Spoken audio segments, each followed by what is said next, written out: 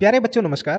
आज की इस क्लास में हम झारखंड एकेडमिक काउंसिल रांची के द्वारा जारी आकांक्षा एग्जामिनेशन 2022 का model question paper math subject का लेकर के आए हैं। अगर आपने आकांक्षा का फॉर्म फिलअप किया हुआ है, उसका एग्जाम देने जा रहे हैं, तो आप यह वीडियो आपके लिए बहुत ही उपयोगी होने वाला है। ओके, तो चलते हैं अपने क्वेश्चन की तरफ। तो हमारा इसका जो क्वेश्चन नंबर 1 है वो आप देख पा रहे होंगे, यहाँ लिखा हुआ है write the roster form of the set A equals to X such that X is letter of word better. Right, समुच्चय ए के बेटर शब्द के सभी अक्षरों का समुच्चय है। राइट, ये क्वेश्चन आपका 12th के लेवल का क्वेश्चन है, 10th के बच्चों का नहीं है। लेकिन फिर भी देखो बेटा, आप जो है जिस तरीके से मैं बता रहा हूं, अगर ऐसा डिजाइन का क्वेश्चन आता है, ऐसा पैटर्न का आता है, तो आप इसी नियम के तहत उस क्वेश्चन का सॉल्यूशन करिएगा ताकि आप जल्दी से कर पाइएगा। ऐसा उसमें कुछ खास नहीं है। जब भी आपसे रोस्टर फॉर्म पूछेगा और इस तरीके से, जैसे मान लीजिए इसमें दिया हुआ है बेटर, BETTER, है ना, तो इसमें आपको क्या करना है, सबसे अलग अलग जो अक्षर है, जैसे इसमें अलग अलग डिफरेंट डिफरेंट अक्षर कौन से हैं, एक है बी, एक है ई 2 बार आया हुआ है, लेकिन उसको हमको सिर्फ एक बार लिखना है। जो अक्षर रिपीट किया हुआ है उसको सिर्फ एक बार लिखना है। और उसके बाद क्या है, टी है, उसके बाद क्या है, आर। मतलब जो अलग अलग अक्षर हैं उनको सिर्फ और सिर्फ एक एक बार लिख लेना है। अगर कोई अक्षर रिपीट किया हुआ है, कोई अल्फाबेट रिपीट किया हुआ है, तो उसे तब भी हमको सिर्फ एक ही बार लिखना है। तो एक हो गया बी, एक हो गया ई, फिर टी, उसके बाद आर। राइट, तो ये आपका जो रोस्टर फॉर्म होगा, ये आपका सेट का बन जाएगा। सेट ए मीन्स हो जाएगा BETR। तो आप देख सकते हैं कौन से ऑप्शन में है, तो ऑप्शन नंबर 1 में ये आपका जो रोस्टर फॉर्म है इस सेट का वो दिया हुआ। राइट, तो इसी तरीके से आप दूसरे भी क्वेश्चन जो इस तरीके से पूछे जाएंगे अगर इस पैटर्न पर, तो आप इनके आंसर इसी तरीके से करना है। क्या ध्यान देना है, जो 2 बार आया हुआ है उसे हमें सिर्फ और सिर्फ एक बार ही लिखना है। राइट, चलिए, find the principal solution of the equation tan x equals to √3। Right, और किसमें, if x lie in the first quadrant, मतलब कि समीकरण ये जो दिया हुआ है इसका मुख्य हल निकाले जो कि फर्स्ट यानी फर्स्ट क्वाड्रेंट में है। जैसे आपने देखा होगा इस तरीके से जो हमारे एक्सिस सिस्टम होता है, इसमें ये ए मतलब all positive mean sine cos tan, ये सारी चीजें पॉजिटिव होती हैं। यस, इसमें सिर्फ और सिर्फ साइन और उसका रेसिप्रोकल यानी कोसेक, ये पॉजिटिव होगा। और ये टी का मतलब होता है सिर्फ और tan और उसका अपोजिट यानी कि कॉट, ये पॉजिटिव होंगे। और सी फॉर कॉस और कॉस का उल्टा सेक, ये पॉजिटिव होते हैं। बाकी सारे के सारे नेगेटिव रेशियोज होते हैं। तो फर्स्ट में सभी पॉजिटिव होते हैं, मींस की ज्यादा परेशान होने की जरूरत नहीं है। tan x बराबर √3 है, तो इसका प्रिंसिपल वैल्यू फर्स्ट कोऑर्डिनेट में, दैट मींस कि ये 0 डिग्री होता है, तो ये आपका π/2 होता है। 0 से π/2 के बीच में जो मान होता है, तो x का मान क्या होगा, जिसके लिए tan जो रेशियो होता है वो उसका वैल्यू क्या हो, √3 आ जाए। तो ये सब आपको पता होगा, ये होता है 60 डिग्री। और इसको जब आप रेडियन में बदलते हैं तो ये बन जाता है π/3। सो इसका करेक्ट आंसर क्या बनेगा, π/3 आपका सही हो जाएगा, है ना।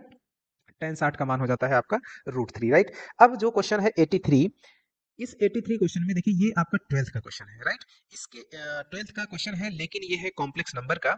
आपको मैं थोड़ा सा हिंट देता हूँ कॉम्प्लेक्स नंबर के बारे में। राइट, आप इस रूल को आप थोड़ा सा ध्यान रखे रहिएगा, आपको बहुत ही मदद करने वाला है ये नियम। राइट, कॉम्प्लेक्स नंबर का सबसे पहली बात, जैसे कोई समीकरण लिखा हुआ है x², राइट, इस तरीके से लिखा हुआ है x² + 1 बराबर 0, ऐसे लिखा रहता है, तो इसको हम लोग लिख सकते हैं x² बराबर -1 लिख सकते हैं। अब इसका वर्गमूल जैसे ही आप निकालते हो, तो x बराबर क्या, स्क्वायर रूट के भीतर में -1 और यहाँ पे प्लस और माइनस ऐसे लिखा जाता है। ठीक, अब यहाँ पर ये जो नंबर रहती है स्क्वायर रूट के भीतर में -1, इसी को हम काल्पनिक संख्या कहते हैं, है ना। और इसको आई से लिखा जाता है, आयोटा, इसको पढ़ते हैं आयोटा, और आई से रिप्रेजेंट किया जाता है। राइट, तो अब यहाँ पर यानी कि अब इसी आई का ही रूप में यहाँ पे वैल्यू दी हुई है, हर देखिए क्वेश्चन में आई के रूप में दिया हुआ है, यानी आयोटा के फॉर्म में लिखा हुआ है। अब जैसे ही आप इस आयोटा का स्क्वायर कर देते हो, आयोटा का स्क्वायर करिएगा, तो ये देखो वर्गमूल इधर से वर्गमूल क्या होगा, हट जाएगा, तो क्या आएगा, -1। फिर इसकी घात अगर 3 करते हो तो इसको क्या लिख सकते हो, iota square into iota. Iota square का मान कितना आया, -1 इंटू आयोटा, मतलब कि माइनस आयोटा। राइट, आयोटा की घात 3 का मान क्या हो गया, माइनस आयोटा। इसी तरीके से अगर आयोटा की घात 4 निकालते हो तो क्या लिख सकते हो, iota square into iota square. तो इसका नियम क्या कहता है, आयोटा स्क्वायर का मान क्या होता है, अभी आपने देखा, -1 इंटू -1। राइट, -1 इंटू -1 क्या बन जाएगा, 1 हो जाएगा। तो आयोटा की पावर 4 का मान हो गया 1, आयोटा की पावर 3 का मान हो गया माइनस आयोटा, और आयोटा स्क्वायर की वैल्यू -1, और आयोटा की वैल्यू हो जाती है स्क्वायर रूट -1। राइट, इन्हीं नियमों को आपको ध्यान में रखना है। इसी तरीके से आयोटा की पावर 6, मतलब कहने का मतलब, जैसे जैसे अब आयोटा की पावर 5 अगर आप निकाल रहे हो तो क्या बन जाएगा, आयोटा की पावर 4 इंटू आयोटा, मीन्स क्या हो गया, आयोटा, क्योंकि आयोटा की पावर 4 का वैल्यू क्या होता है, 1। इसी तरीके से आयोटा की पावर 6 का मान क्या होता है, तो क्या निकालेंगे, आयोटा की पावर 4 इंटू आयोटा स्क्वायर का मान -1, इसका मान 1, तो क्या बन जाएगा, -1। आयोटा की पावर 7 क्या बनेगा, आयोटा की पावर 4 इंटू आयोटा की पावर 3, क्या लिख सकते हैं, 1 इंटू आयोटा की पावर 3 का मान क्या होता है, माइनस आयोटा। तो आप देख पा रहे हैं वही मान रिपीट करने लगता है। आयोटा की पावर 8, तो इसका मान हो जाएगा आयोटा की पावर 4 इंटू आयोटा की पावर 4, मतलब 1 इंटू 1 मीन्स 1। यानी कि जब आयोटा की पावर जो है 4 के मल्टीपल में रहती है, तो इसका मान हमेशा और हमेशा क्या आता है, 1। ठीक है, तो बस इसी कॉन्सेप्ट का यूज करना है। तो चलते हैं अपने क्वेश्चन की तरफ। देखिए आयोटा स्क्वायर का मान क्या होता है, अभी आपको मैंने बताया ये होता है -1। आयोटा की पावर 4 का मान क्या होता है, +1। आयोटा की पावर 6 का मान ये देखिए यहाँ पे लिखा हुआ है क्या आया, -1, राइट। फिर -1, उसके बाद फिर आयोटा की पावर 7, आयोटा की पावर 7 का मान क्या हो गया, माइनस आयोटा। ठीक है, अब ये -1 +1 कट जाएगा, यहाँ क्या बचेगा, -1 और माइनस आयोटा, -1 माइनस आयोटा बच जाएगा ऊपर में, और नीचे में देखो क्या बचेगा, 1 है, आयोटा की स्क्वायर क्या हो जाता है, -1, ये कट जाएगा। आयोटा क्यूब का मान क्या होता है, माइनस आयोटा, तो नीचे में क्या आ गया, माइनस आयोटा, माइनस आयोटा है। अब जो है हम क्या करेंगे, एक और नियम होता है, इसको कैसे सेपरेट कर दीजिए, तो -1 बटे माइनस आयोटा और माइनस आयोटा बटे -1, राइट। माइनस आयोटा यहाँ पे लिख देंगे।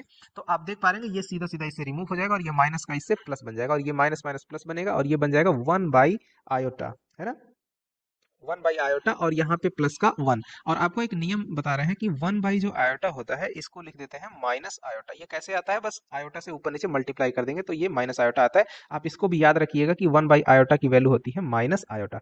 तो यहाँ पे इसको कैसे लिख सकते हैं, इसकी जगह पे क्या लिखेंगे, माइनस आयोटा और प्लस का क्या लिखा हुआ है, 1, है ना। ये जो मान आया यही इसका आंसर हो जाएगा। तो आप देख पा रहे होंगे 1 माइनस आयोटा, इसे क्या लिख सकते हैं और सिंपली भाषा में 1 माइनस आयोटा। तो ऐसा आपको कहाँ दिख रहा है, ये ऑप्शन नंबर 2 में आपको ये दिख रहा होगा 1 minus iota. So it is the correct answer of 83 number question, यानी हम लोगों के लिए सेकंड क्वेश्चन है। अगला जो क्वेश्चन है वो देखिए, ये इनइक्वालिटी का है, ये भी क्लास 12th का ही क्वेश्चन है, लेकिन फिर भी इसमें कुछ खास जान नहीं है। ठीक है, मैं आपको बता रहा हूँ जिस तरीके से, ऐसा जब भी क्वेश्चन आएगा आप उसको वैसे ही बनाएंगे, है ना। इन नियमों को थोड़ा सा आपको ध्यान देना पड़ेगा, है ना। चलिए देखते हैं, जैसे यहाँ पे देखो बेटा, ये लिखा हुआ है 3x + 5 और छोटा है x-7 से। आप जैसे ऐड करते हैं, जैसे सब्ट्रैक्ट करते हैं, वो सारे नियम वैसे ही आपको लगाने हैं, है ना।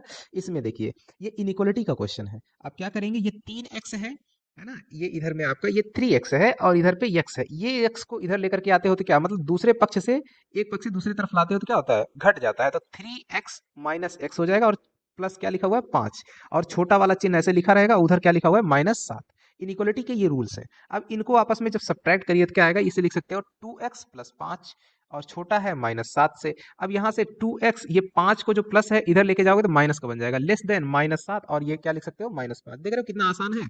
इसे और क्या लिख सकते हो, इसे इस तरह से लिख सकते हो, या फिर 2x छोटा है 7, 5 क्या बन जाएगा, -12, -12। मतलब या फिर यहाँ से क्या बनेगा, 2 से भाग लगा दो, तो x छोटा होगा किससे, -6 से।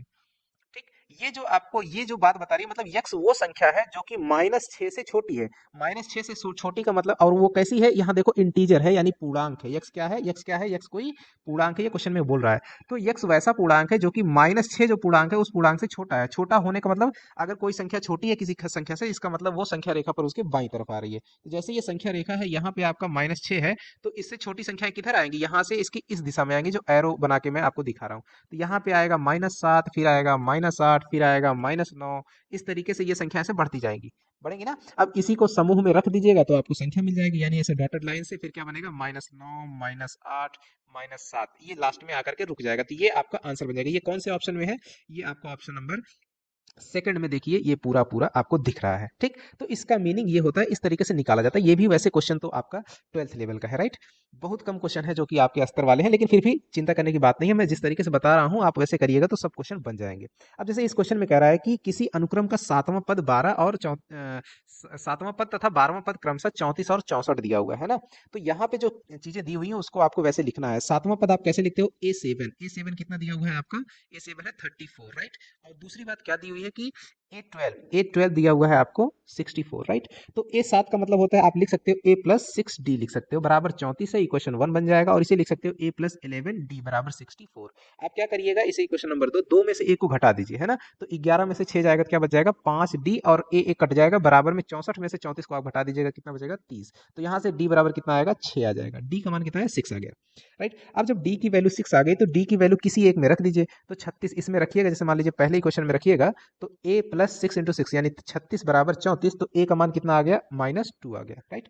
अब A बराबर -2 है, D बराबर 6 है, तो आपको क्या कह रहा है कि 10वां पद ज्ञात करने के लिए कह रहा है। मतलब कि A10 की वैल्यू आपसे कह रहा है कि A10 क्या होगा। A10 का मतलब है आपका A+9D हो जाएगा, राइट। तो A की वैल्यू कितनी है, -2 है, और D की वैल्यू आपकी कितनी आई हुई है, 6 है, तो 9 छक 54 हो जाएगा, राइट। 54, और 54 में जब -2 ऐड करेंगे तो क्या बन जाएगा, 52।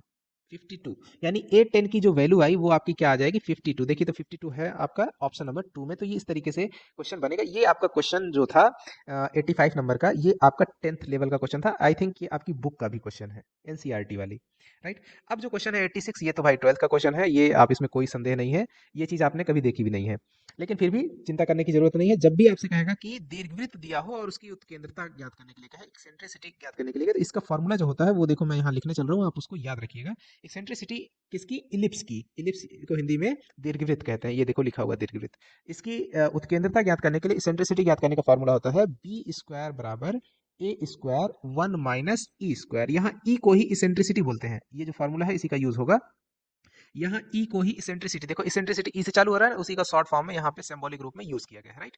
इसको देखो, अब यहाँ ए और बी क्या है, तो यहाँ पे ये जो मान होता है ना, इसको बोलते हैं ए स्क्वायर, और ये जो मान रहता है इसको बोलते हैं बी स्क्वायर। आप इतना ही समझो, ठीक ना, आप इतना ध्यान रखिए। तो जहां पे ए स्क्वायर है वहां पे 169 लिखेंगे, जहां बी स्क्वायर वहां 144 लिखेंगे। तो यहाँ 144 बराबर 169 इंटू 1 माइनस ई स्क्वायर, ठीक है। इसको इधर लाएंगे तो ये क्या करेगा, भाग करेगा। 144 बटे 169 बराबर 1 माइनस ई स्क्वायर। सो ई स्क्वायर को इस तरफ लेके आओ, इस चीज को दूसरी तरफ भेजो, तो क्या बनेगा आपका, ई स्क्वायर बराबर हो जाएगा 1 माइनस 144 बाई 169। इसको जब सॉल्व करिएगा तो ये आएगा आपका 169 माइनस 144 बटे में 169। ये बचेगा क्या, ई स्क्वायर बराबर, इसको जब घटाइएगा तो क्या बनेगा, ये 25 आएगा, 25 बाई 169, राइट। अब इसका स्क्वायर रूट ले लीजिएगा तो ई की वैल्यू क्या आ जाएगी, स्क्वायर रूट करिएगा तो 25 बटे में 169। तो 25 का स्क्वायर रूट क्या आता है 5, और 169 का हो जाएगा 13, यानी 5/13 जो एक्सेंट्रिसिटी का वैल्यू आई 5/13। ऑप्शन कौन सा सही है आपका, 2 नंबर में ये विकल्प का ऑप्शन दिया हुआ है ना। अगला जो क्वेश्चन है, ये देखिए, ये आपके स्तर का क्वेश्चन है, ये तो मैंने आपको क्लास में भी पढ़ाया बताया हुआ है एकदम स्पष्ट स्पष्ट रूप से कि रेडियन मेजर में किस तरीके से, जैसे ये देखिए डिग्री मेजर है और ये रेडियन मेजर में पूछ रहा है, तो आपको डिग्री से रेडियन में कन्वर्ट करने के लिए क्या करना है, मल्टीप्लाई कर देना है पाई बाई 180 डिग्री से, है ना। तो जैसे ही आप इसको डिवाइड करिएगा, 5 से ये 15 से कट जाएगा, 15 पचे 75, और ये कटेगा कितनी बार में, 12 बार में, तो आपका आएगा 5 पाई और बाई 12, ये आंसर हो जाएगा। ऑप्शन नंबर ए में ये दिया हुआ है, सो आंसर ए फर्स्ट जो है वो करेक्ट हो जाएगा, 5 पाई बाई 12। अब ये जो क्वेश्चन है ये तो है थोड़ा सा अच्छा सा क्वेश्चन है, ये ट्रिग्नोमेट्री का क्वेश्चन है जरूर, लेकिन ये है आपका 12th लेवल का क्वेश्चन, राइट। तो आपको मैं ये बता रहा हूँ कि इसके पीछे जो जो नियम लगने वाले हैं, जो फॉर्मूले लगने वाले हैं, उन फॉर्मूलों को पहले मैं लिखने चल रहा हूँ, राइट। तो एक फार्मूला तो लगेगा जो क्लास 10 का है ना, आपको आपने पढ़ा होगा कि कॉस 90 डिग्री माइनस थीटा क्या होता है, ये जल्दी आप बताइए, ये होता है साइन थीटा, राइट। एक तो ये पहला इसका यूज होने वाला है, और दूसरा जो यूज होने वाला है, जिस फार्मूले को आपने पढ़ा नहीं है लेकिन मैं यहाँ लिखने चल रहा हूँ, देखिए एक होता है फार्मूला, यहाँ मैं लिखने चल रहा हूँ, जैसे sine C plus sine D, इसके फॉर्मूले की इसका जो वैल्यू होता है वो होता है 2 sine C plus D by 2 into into में cos cos C minus D और बाई 2, ये वैल्यू होती है। और दूसरा जो फार्मूला इसी से रिलेट करके यहाँ पर लगने वाला है वो होगा sign C minus sign D, इसका मान जो होता है वो हो जाएगा, आपकी बार देखो उल्टा हो जाएगा, जब माइनस रहेगा तो यहाँ उल्टा लिखा जाएगा। उल्टा का मतलब है कि कॉस पहले आएगा, 2 कॉस सी प्लस डी और बाई 2 इंटू में लिखते हैं हम लोग sine C minus D by 2, जहाँ सी और डी क्या है, ये एंगल है, ये कोण है, ये वाले कोण है।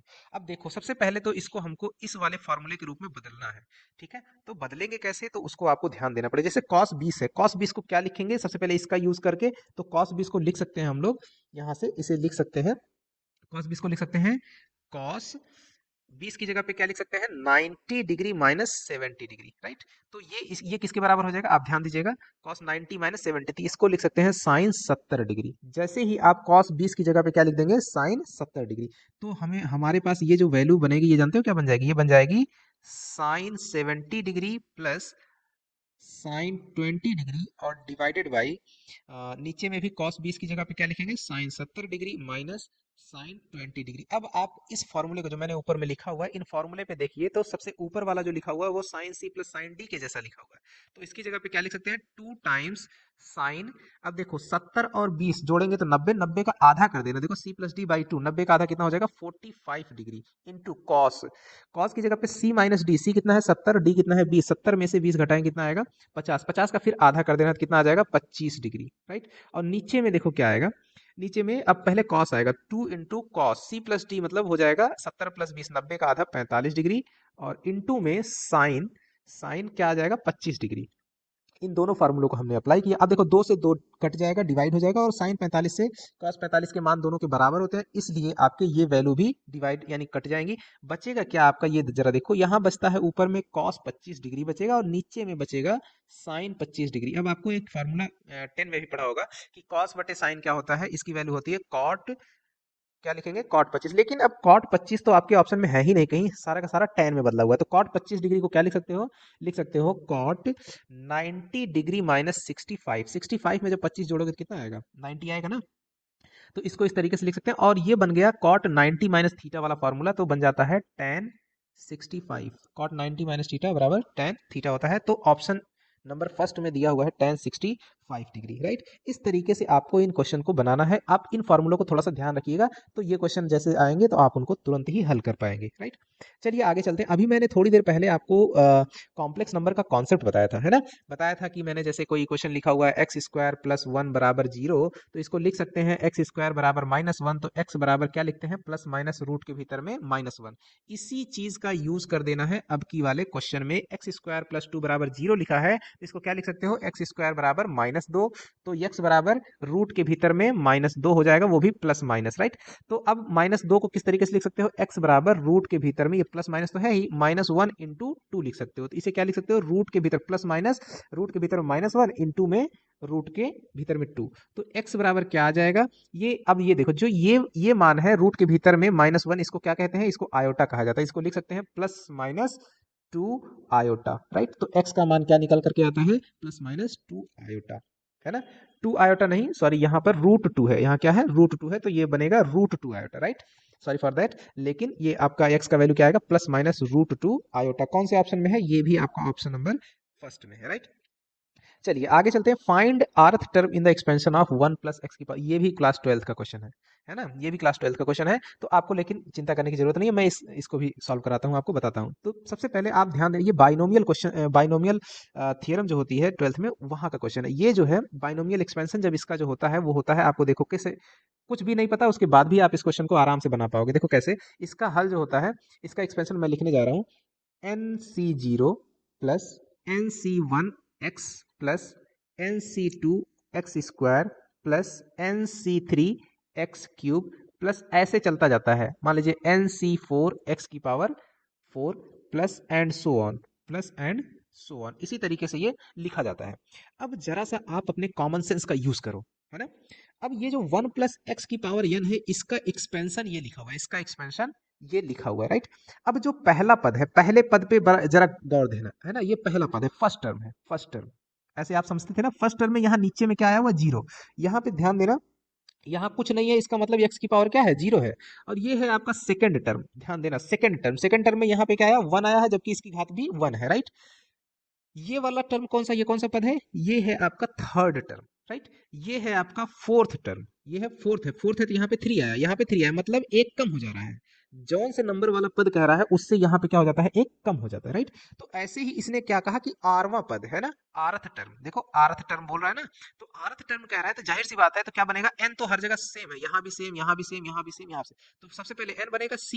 लेकिन नीचे में जो था, जैसे 4 फोर्थ कह रहा है, तो यहाँ 3 आ रहा है, यहाँ r कह रहा है, तो यहाँ नीचे में क्या आएगा, r-1 आएगा। और x की घात भी क्या आएगी, 4 कह रहा था तो x की घात 3, 3 कह रहा है तो x की घात 2, 2 कह रहा है तो x की घात 1, यानी इनटू में x की घात क्या आएगी, r-1। तो ये जो होगा वो आपका क्या बन जाएगा, आरथ टर्म हो जाएगा। आप देख लीजिए ये जो वैल्यू है कौन से ऑप्शन में है, तो ये आपका मिल जाएगा NCR r-1 इंटू एक्स की पावर r-1, ऑप्शन नंबर 2 में है। ये आपका आंसर हो जाएगा 100% करेक्ट, राइट।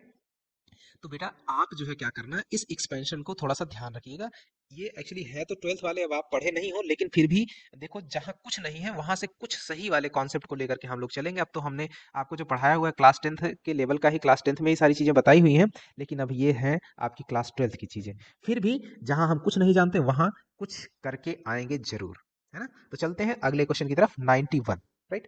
कह रहा है seventh term of a GP, ये देखिए ये भी क्वेश्चन जो है आपका 12th का है, ये ज्योमेट्रिक प्रोग्रेशन का क्वेश्चन है ना, जीपी बोलते हैं।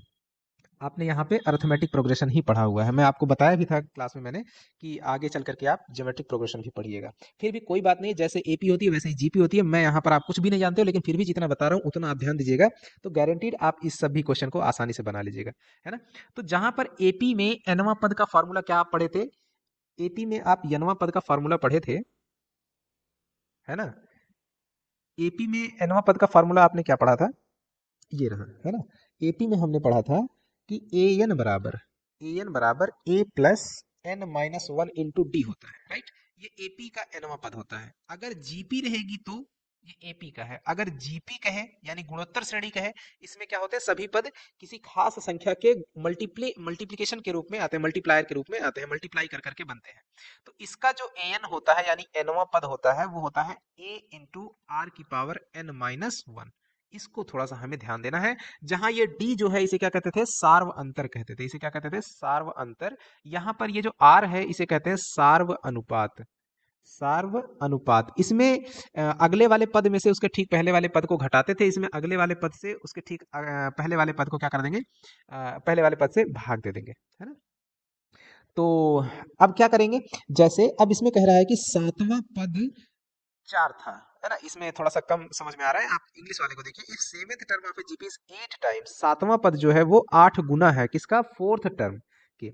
यानी कि जो ए सेवन है वो फोर्थ टर्म का 8 गुना है, यानी ए इंटू ए फोर, 8 इंटू ए फोर। ये आपको कंडीशन ये दिया हुआ है ना। इसी पे सब वैल्यू बैठा देनी है। ए सेवन यहाँ से अब इस फॉर्मूले का यूज करके ए सेवन बताओ तो क्या बनेगा, ए इंटू आर की power N minus one. N की जगह पे हम लोग 7 रखेंगे तो क्या आएगा, 6 आएगा, बराबर 8 इंटू ए आर की पावर 3। आर की पावर 3 से ये देखो ये कटेगा तो यहाँ पे घात 3 बचेगी।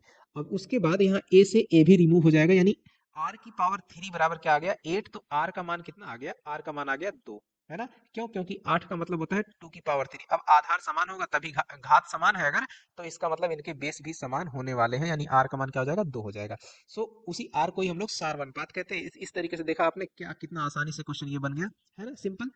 आपने पढ़ा नहीं है इसलिए बेटा आपको थोड़ा सा कठिन लग रहा होगा, लेकिन जितना मैं बता रहा हूँ इतना ध्यान रखिएगा। फिर भी ये क्वेश्चन अगर ऐसे ही डिजाइन के आए ना, तो पक्का आप क्वेश्चन को बहुत अच्छे से हैंडल कर पाइएगा, राइट। चलते हैं अगले क्वेश्चन की तरफ, 92।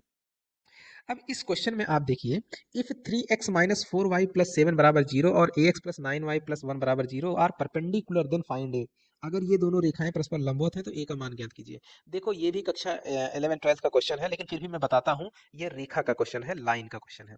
तो जब भी कोई रेखा, जैसे आपको ये रेखा का आपने स्लोप फॉर्म पढ़ा होगा, y बराबर एम एक्स प्लस सी रूप का समीकरण, है ना। इसके रूप का समीकरण, तो इसमें जो m होता है इसी को हम लोग स्लोप बोलते हैं। तो सबसे पहले इन दोनों इक्वेशन को आपको इस रूप में, यानी ये जो समीकरण हमने यहाँ लिखा हुआ है, इस वाले समीकरण के रूप में बदल देना है ना। सबसे पहला काम आपको यही करना है, जब भी लिखा हो तो इसको जैसे ही उस रूप में बदलेंगे तो देखिए क्या बनेगा। यहाँ 4y को उधर लिखेंगे तो 4y बराबर क्या बनेगा, 3x प्लस 7, या फिर y बराबर 3/4 इंटू एक्स और प्लस का 7/4, ये मिला। ये जो 3/4 है यही है इसका स्लोप, किसका, इसका स्लोप है, जिसको हम लोग कहते हैं m1 बराबर 3/4, है ना। अब इसी तरीके से जब आप इसको बदलिएगा तो इसको बदलने पे आपको क्या मिलने वाला है, ये देखिए 9y बराबर हो जाएगा ax प्लस वन, है ना। वो भी कैसा, -9y लिखना पड़ेगा क्योंकि 9y को हमने बराबर के इधर भेजा है। सो यहाँ से y बराबर क्या बन जाएगा, -a/9 इंटू एक्स, इतना आएगा, और प्लस क्या बन जाएगा, 1/-9, राइट, इतना आएगा। अब यहाँ से ये जो मान है, ये वाला क्या है आपका दूसरा वाला स्लोप है, यानी m2 हम लोग कहते हैं इसको, -a/9। अब ध्यान देना, जब कोई दो रेखाएं आपस में लंब होती हैं तो उनकी कंडीशन होती है, लंब होने की कंडीशन होती है कि उनके जो स्लोप होते हैं m1 इंटू m2, इनका मल्टीप्लीकेशन हमेशा -1 होता है। ये फॉर्मूला है, आप ध्यान रखिएगा। m1 और m2 आपने कैसे निकाल ही लिया हुआ है। m1 कितना है, 3/4 इंटू में m2 कितना है, -a/9, बराबर कितना आना चाहिए, -1। इस माइनस से ये माइनस प्लस बन जाएगा, और 3 के 3, 3 तिया 9। अब यहाँ पे देखेंगे 4 और 3 का मल्टीप्लिकेशन हो जाएगा, सो a/12 बराबर 1। सो a बराबर कितना आ गया, a का मान आ गया आपका 12 आ गया। है यहाँ पे कोई ऑप्शन, यस, ऑप्शन नंबर 4 है आपका, तो 12 इसका सही आंसर हो जाएगा। और किस तरीके से सॉल्व हो रहा है ये हमने आपको अच्छे से बताया हुआ है, कौन सा फार्मूला लग रहा है, किस रूप में आपको इस्तेमाल करना है, यहाँ पूरी तरीके से इसको विस्तृत रूप से मैंने बताया हुआ है, ठीक है। चलते हैं बेटा अगले क्वेश्चन की तरफ। अगला क्वेश्चन है हमारा वृत्त से। ये भी कक्षा 12 का क्वेश्चन है, क्लास 12 का क्वेश्चन है। फिर भी डरने की कोई बात नहीं, मैं हूं आपके साथ, राइट। तो ध्यान देना, ऐसे डिजाइन का जब भी क्वेश्चन रहेगा तो वृत्त का जो सामान्य समीकरण होता है वो देखो ऐसे लिखा रहता है। मैं लिखने चल रहा हूं यहाँ पे, इस तरीके से रहता है। X square plus Y square, है ना, प्लस 2gx प्लस, ये समझ लो फॉर्मूला है ये जो मैं अभी आपको बता रहा हूं, प्लस 2fy प्लस सी बराबर 0, है ना।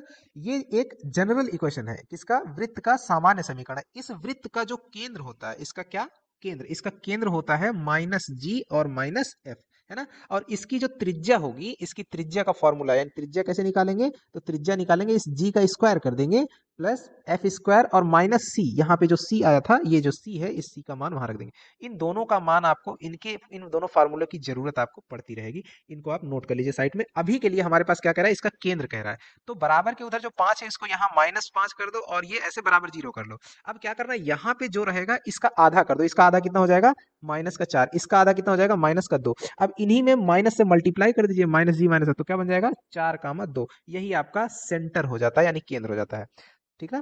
तो ये देखो माइनस जी माइनस एफ आपका निकल गया। बस यही करना है और कुछ नहीं करना है। तो आंसर क्या बन जाएगा, 4, 2। कौन सा वाला है, 3 नंबर में ये आपका सही लिखा हुआ है, 4, 2। ठीक है। अब अगर इसी में त्रिज्या कह देता निकालने के लिए, तो ये 4, 2 तो आया हुआ था। और सी का मान कितना था, यहाँ पे सी का मान हो जाता -5। और रेडियस अगर निकालने के लिए कहता तो आर बराबर क्या हो जाता, जी स्क्वायर, मतलब 4 का वर्ग प्लस 2 का वर्ग, 4 का हो जाएगा 16 प्लस 2 का हो जाएगा 4, और माइनस का 5, है ना। माइनस का 5 नहीं रहेगा, माइनस का -5 रहेगा। माइनस तो एक पहले से ही है, और -5 इसकी सी की वैल्यू है। तो हो जाएगा 16 प्लस 4 और -5 स्क्वायर रूट के भीतर में 16, 4, 20 में से 5 घटेगा तो कितना आएगा, 15 आ जाएगा, है ना। 20 में से, यानी स्क्वायर रूट के भीतर में 15, ये आपकी डिस्टेंस आ जाती है, किसकी, रेडियस हो जाती है। फिलहाल आगे ये क्वेश्चन है, ये क्वेश्चन आगे है, इसी क्वेश्चन में आपको रेडियस पूछा हुआ है। अब देखिए 94, ये 3D का क्वेश्चन है 12th का, लेकिन आपको जो मैंने 2D में बताया हुआ है दूरी फार्मूला, वही लगा देना है। दूरी फार्मूला क्या होता है, दो बिंदुओं के बीच की दूरी, स्क्वायर रूट के भीतर में 1 माइनस -4, तो क्या बन जाएगा 5, 5 का स्क्वायर प्लस -2 -1, क्या बन जाएगा, -3 का स्क्वायर करेंगे तो 9, प्लस 3 -2 हो जाएगा, तो माइनस -2 करेंगे तो प्लस का 5 बन जाएगा, 5 का स्क्वायर बराबर 5 का हो जाएगा 25 प्लस 9 प्लस 25, है ना। 25 25 50 और 50 9 59, 59 स्क्वायर रूट के भीतर में 59, ये आपकी डिस्टेंस बन जाएगी। देखो कुछ नहीं करना है, वही x1 - x2 whole square plus y1 - y2 whole square. अब इसमें तीसरा जो आ गया कोऑर्डिनेट, वो है z, तो लिख देंगे z1 - z2 का होल स्क्वायर, स्क्वायर रूट के भीतर। आगे कह रहा है इफ मीन ऑफ 100 टर्म्स, ये क्लास 10 का क्वेश्चन है, इससे कोई दिक्कत नहीं है। कह रहा है कि 100 पदों का माध्य 50 है, 100 पदों का माध्य 50 है, तो सभी पदों का योग, आप ध्यान दीजिएगा, मान लीजिए A1 जो पहला पद है, A1 plus A2 plus A3 plus कहाँ तक, ये है आपके 100 पद, यानी A100। इनका जो माध्य है तो क्या लिखेंगे, 100 है तो 100 डिवाइडेड बाई 100 बराबर क्या है दिया हुआ है, 50, है ना। अब जैसे ही 100 से इधर क्रॉस मल्टीप्लाई करिएगा तो इधर क्या बचा हुआ आपको मिलेगा, A1 plus A2 plus A3 plus and so on A100, यानी 100 पदों का योगफल क्या हो जाएगा, 50 इंटू 100, दैट मीन्स 5000, है ना। तो इसका आंसर क्या बन जाएगा, 5000, ऑप्शन नंबर 1 जो है वो सही हो जाएगा, है ना।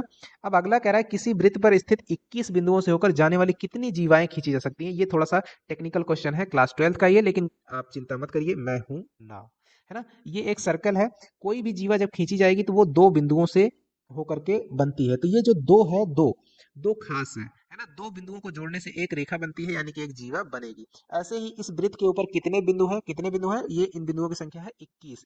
इन सभी 21 बिंदुओं को आपस में जोड़ने से कितनी जीवाएं खींची जा सकती हैं, ये आपको बताना है। तो इसका एक फॉर्मूला होता है, इसका एक फॉर्मूला होता है। जब भी ऐसा क्वेश्चन आएगा तो आप तुरंत उस फॉर्मूले को लगाएंगे। क्या करिएगा, लिखेंगे एन, एन की जगह पे ये जो वैल्यू है इसको हम लोग एन कहेंगे, है ना। तो ये क्या है आपका 21C, 21C, और नीचे में 2 लिखेंगे। इसका मान जो होता है, ध्यान रखना, एक फॉर्मूला यहाँ लिखने चल रहा हूँ, NCR, इसी पे इसको ओपन कर देना। NCR होता है n फैक्टोरियल बटे r factorial into n minus r का फैक्टोरियल, है ना। इसी फॉर्मूले पे यहाँ इसको लिखेंगे तो 21 फैक्टोरियल बटे 2 फैक्टोरियल इंटू क्या लिखेंगे 21 माइनस 2 का फैक्टोरियल, है ना, बराबर ऊपर में 21 फैक्टोरियल है ही, नीचे में 2 फैक्टोरियल लिखा जाएगा और इंटू क्या लिखेंगे हम लोग 21 में से 2 जाएगा तो 19 फैक्टोरियल हो जाएगा। अब जरा सा हमको इस फैक्टोरियल नाम की चीज को समझना है। आप ऐसा समझो, आप ऐसा समझिए जैसे आपके सामने लिखा हुआ है 2 फैक्टोरियल लिखा हुआ है तो इसका मतलब होता है 2 गुणे 1। 3 फैक्टोरियल लिखा हुआ है तो फैक्टोरियल का मतलब होता है 3 गुणे 1। 4 फैक्टोरियल लिखा हुआ है तो इसका मतलब होता है 3 फैक्टोरियल का मतलब 3 इंटू 2 इंटू 1। 4 फैक्टोरियल का मतलब होगा 4 गुणे 3 गुणे 2 गुणे 1।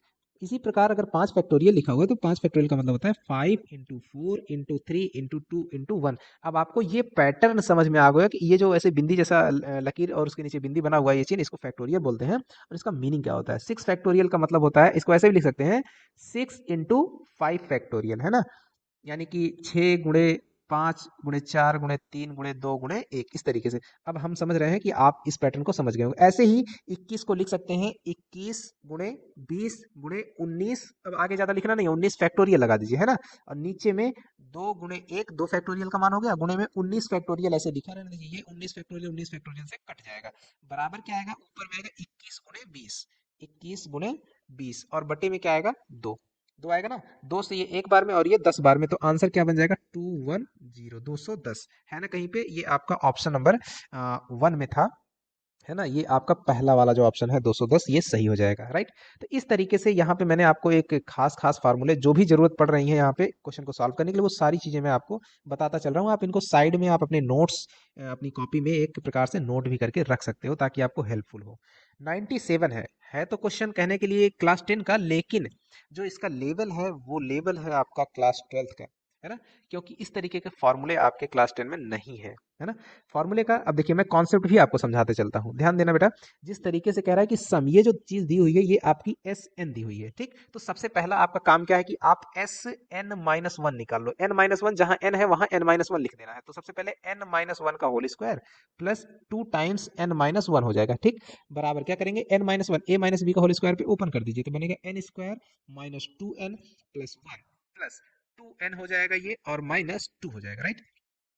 अब यहां से ये आपका क्या बन जाएगा, एस एन माइनस वन का मान क्या आएगा एन स्क्वायर, और ये माइनस 2n और प्लस 2n मिलकर के 0 हो जाएगा, माइनस 2 और ये प्लस 1 है तो क्या बन जाएगा माइनस का 1। ये एस एन माइनस वन का मान आ गया, ठीक है। और एस एन का मान आपका यहाँ पे क्वेश्चन में दिया हुआ है। फॉर्मूला अब लिखने चल रहे हैं। देखिए क्या होता है कि जब भी आप एस एन माइनस वन करते हैं तो ये जो मान आता है ये आपका और कुछ नहीं ए एन आता है, यानी उस एपी का एनवा पद आ जाता है, ठीक है। कब निकलता है, जब आपका एन पदों का योग दिया होता है तब आपको उसके एनवें पद को निकालने का ये तरीका, ये फॉर्मूला होता है। तुरंत ही हमने एस एन माइनस यानी ए एन निकालने के लिए क्या कर देंगे, एस एन माइनस वन वाला मान रख देंगे। एस एन का मान कितना है एन स्क्वायर प्लस 2n है, माइनस करने वाले हैं हम लोग यहाँ पे एन स्क्वायर माइनस वन कर देंगे, तो ये मान क्या आएगा, देखो यहाँ से N square plus 2n minus N square plus 1 हो जाएगा, ये एन स्क्वायर से कट जाएगा। सो आंसर में क्या बनेगा 2n प्लस 1 आ जाएगा आपका, है ना। तो ये ऑप्शन आपका कौन सा वाला है ए एन, तो ये है आपका पहला वाला 2n प्लस 1, राइट। तो चलते हैं अब अगले क्वेश्चन की तरफ। हम लोग 98 है ना, find the radius of the circle. ये देखो यही आपकी रेडियस पूछ रहा है यहाँ पर, फिर से आ गया है। तो सबसे पहले इसका सेंटर हम लोग निकाल लेते हैं, है ना। इसका सेंटर निकाल लेंगे तो क्या बन जाएगा, इसका सेंटर आपका अभी पीछे हमने निकाला हुआ था, इसका आधा कर दीजिए तो -4, इसका आधा -2, तो माइनस जी माइनस एफ होता है, ये आपका मान होता है जी, ये मान हो जाएगा एफ। तो सेंटर क्या होता है माइनस जी माइनस एफ होता है, राइट। तो सेंटर का मान क्या आ जाएगा, माइनस जी करेंगे तो ये बन जाएगा 4 और कामा 2। रेडियस के लिए हमको क्या करना है, और यहाँ से सी का मान कितना है, सी बराबर -5 है ना, ये देखो -5। तो रेडियस में जी स्क्वायर प्लस एफ स्क्वायर, जी स्क्वायर प्लस एफ स्क्वायर, यहाँ जी का मान इतना है एफ का मान इतना है और माइनस सी। तो यहाँ पे देखो मान बैठा देते हैं, शायद इसके पहले हमने जो सॉल्यूशन में वहाँ पीछे वाले क्वेश्चन में थोड़ा सा आपको बताने की कोशिश करी थी, वहाँ शायद मिस्टेक हो गई है, लेकिन आप उसको सुधार लीजिएगा, है ना। तो जी स्क्वायर की जगह पे हम लोग 4 का स्क्वायर करेंगे तो हो जाएगा 16 प्लस एफ स्क्वायर, एफ की जगह पे 2 है तो ये हो जाएगा 4 माइनस, यही गलती हो गई थी, सी की जगह पे क्या लिखेंगे -5 और हमने डायरेक्ट लिख दिया है शायद। यहाँ पे ये देखिए 16 4 20 हो जाएगा और प्लस ये माइनस माइनस हो जाएगा, प्लस का 5 ये हो जाएगा 25 जो कि आएगा 5 5 मात्रक, यानी कि ये आपका हो जाएगा ऑप्शन नंबर 3 करेक्ट हो जाएगा, है ना। यहाँ पर मैं यही शायद मिस्टेक कर गया था, भूल गया था, ध्यान से उतर गया। चलिए कोई बात नहीं, आगे चलते हैं। ये दो बिंदु हैं जो कि एक रेखा है, ये 3D का क्वेश्चन है। तो आप इसको जैसे आपने 2D में, यानी मैंने क्लास 10 में आपको समझाया था, दो बिंदु रहते थे x कॉमा वाई, वैसे यहाँ x y और z आ जाते हैं, है ना। तो क्या करेंगे, ये देखो एकदम वही फार्मूला लगने वाला है। ये देखो ये दो बिंदु हो गए, इन दोनों बिंदुओं के निर्देशांक यहाँ पे दिए हुए हैं। देखो क्या क्या है, 3 3 7 है, और दूसरा पॉइंट जिसका वैल्यू है 8 3 और 2, राइट। 8 3 और 2, ये दोनों मान हो गए। यहाँ पर P कोई बिंदु है जिसका निर्देशांक है x y और z, इसी की वैल्यू आपको निकालना है। जो इस रेखा, ये अगर a है ये b है, जो a रेखा ab को इन किस अनुपात में बांटती है, 2:3, यानी कि ये वाली लाइन ये 2 है और ये 3 है। मैंने आपको बताया था कि कैसे इसको फॉर्मूले को बैठाते हैं ताकि गलती ना हो। तो 2 को आगे की तरफ और 3 को इस वाले में आपको मल्टीप्लाई करके इस तरीके से चलना है। तो x निर्देशांक मैं डायरेक्ट यहाँ लिखने वाला हूँ। देखो x कोऑर्डिनेट कैसे लिखते हैं। तो सबसे पहले x कोऑर्डिनेट यहाँ जो 3 है, 3 का मल्टीप्लिकेशन किससे होगा, 3 से, 3 तिया 9, है ना। अब उसके बाद फिर क्या करेंगे, यहाँ पे ये जो 2 है, इस 2 का मल्टीप्लिकेशन इस वाले x2 वाले कोऑर्डिनेट से होगा 8, यानी 8 दूनी 16 प्लस का 16, और बटे में क्या हो जाता है 2 प्लस 3, 2 प्लस 3 कितना हो जाएगा 5, है ना। कॉमा इसी तरीके से y वाला कोऑर्डिनेट, तो यहाँ 3 3 को मल्टीप्लाई करेंगे 3 से, तो 3 तिया 9, और उसके बाद फिर क्या करेंगे, यहाँ पे y2 है ना, 3 है, इस 3 को 2 से मल्टीप्लाई, 3 दूनी 6, और बटे में 2 और 3 का प्लस कर देंगे, 2 3 5, कॉमा करके। अब जेड वाले को निकालने के लिए चलना है, तो हमको 7 से मल्टीप्लाई कर देंगे, 3 7 या 21, और फिर उसके बाद जो है हम करेंगे 2 से मल्टीप्लाई करेंगे 2 को, 2 दूनी 4, 21 प्लस 4, और बटे में क्या लिखेंगे 5, 2 धन 3। अब जरा ध्यान दो, 16 9 25, 25 को 5 से भाग लगाएंगे तो क्या आएगा 5, कॉमा लगा के, 9 6 15, 15 को 5 से भाग लगाएंगे 3, फिर कॉमा लगा के, 21 4 25 को 5 से भाग लगाएंगे तो 5, है ना। तो 5 3 5 ऐसा कोई ऑप्शन है तो है ऑप्शन नंबर 1, ये हमारा आंसर हो जाएगा, है ना। तो आपने देखा ये फॉर्मूला वही है 2D वाला, बस यहाँ पे एक डायमेंशन यानी जेड जो कोऑर्डिनेट है वो आपका बढ़ गया। तो सेम वैसे ही जैसा हमने एक्स वाई के लिए फॉर्मूला लगाना है, वैसे ही जेड वाले के लिए भी अप्लाई कर देना है, राइट। तो चलते हैं आगे की तरफ। क्वेश्चन नंबर 100 कह रहा है if mean of 15 term is 6 and find the sum of all terms. ये देखो अभी पीछे पीछे वही क्वेश्चन था, 15 पदों का माध्य 6 है ना। तो सभी पदों का माध्य क्या हो जाएगा, 15 इंटू 6, 15 इंटू 6, 15 छक्का 90, इसका आंसर हो जाएगा ऑप्शन नंबर 1। ये सिंपल सा क्वेश्चन है, इसके पहले वाला भी ऐसे ही बनाया हुआ है। आगे कह रहा है 70 व्यक्तियों के समूह में, ये भी क्लास 12 का है, 70 व्यक्तियों के समूह में 37 कॉफी 52 चाय पसंद करते हैं और प्रत्येक व्यक्ति दोनों में से कम एक पेय पसंद करते हैं। तो कितने व्यक्ति कॉफी और चाय दोनों पसंद करते हैं, ध्यान दीजिए। जैसे ये वो लोग हैं जो कि आपकी कॉफी वाले हैं, और ये कुछ लोग हैं जो कि आपकी टी पसंद करने वाले हैं, राइट। अब यहाँ पे ये जो बीच वाला हिस्सा है, ये वो हिस्सा है जो कि दोनों पसंद करते हैं, है ना।